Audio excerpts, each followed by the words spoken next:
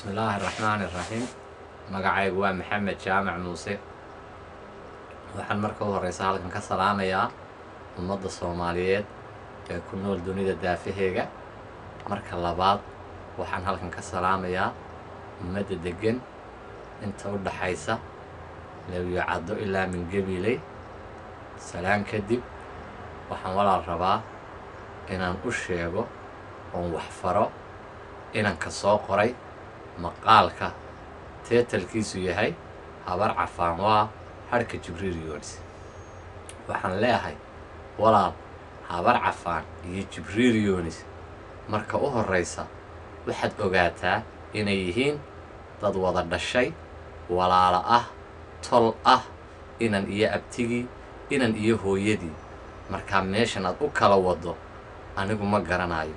waxaan se ku leeyahay taariikhda been abuurka ah ee meel ay ku qoran tahay iyo meel ay ka dhacday midnaba ayna jirin ee adigu samaysatay dadkaa ku kala kaxaynin. waxa kaloon kuu sheegayaa walaal waxaan jecelahay wax la qoraa wuu badan yahay.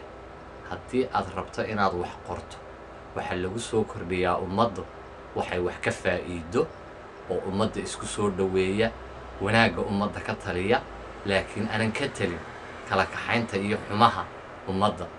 waxaan kaloon ku leeyahay walaal waxaad wax qorayso ifan waxaad soo qortaa ummadda waxaad ku wacyigeliso oo wanaag ah ood ummadda farayso wanaag.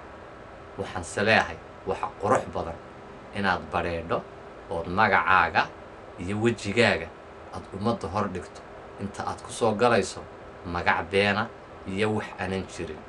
ragannimada aad ku qorayso waxaana ku badheedh oo isa sheeg cidda aad tahay iyo qofka aad tahay hal lagu ogaado. waxaan walaalahayga websaydyada leh aan u sheegayaa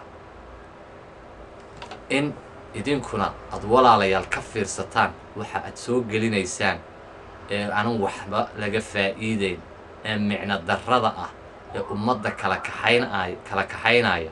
waxaan se jeclaan lahaa maanta inta ka dambaysa anoo idinka codsanayo walaalayaal waxaan idin leeyahay maqaalada noocaasa ee wax magaratadu soo qorayso in aad ku ridaan qashinka oonad soo gelin websaydyada ummadda si ay uga faa'iido oo websaydyada u xiisayso wax qurux badan oo ummadda wax u kordhiya kana taliya isku soo dhaweeya midnimada ummadda iyo wanaagga ummadda ka shaqeeya.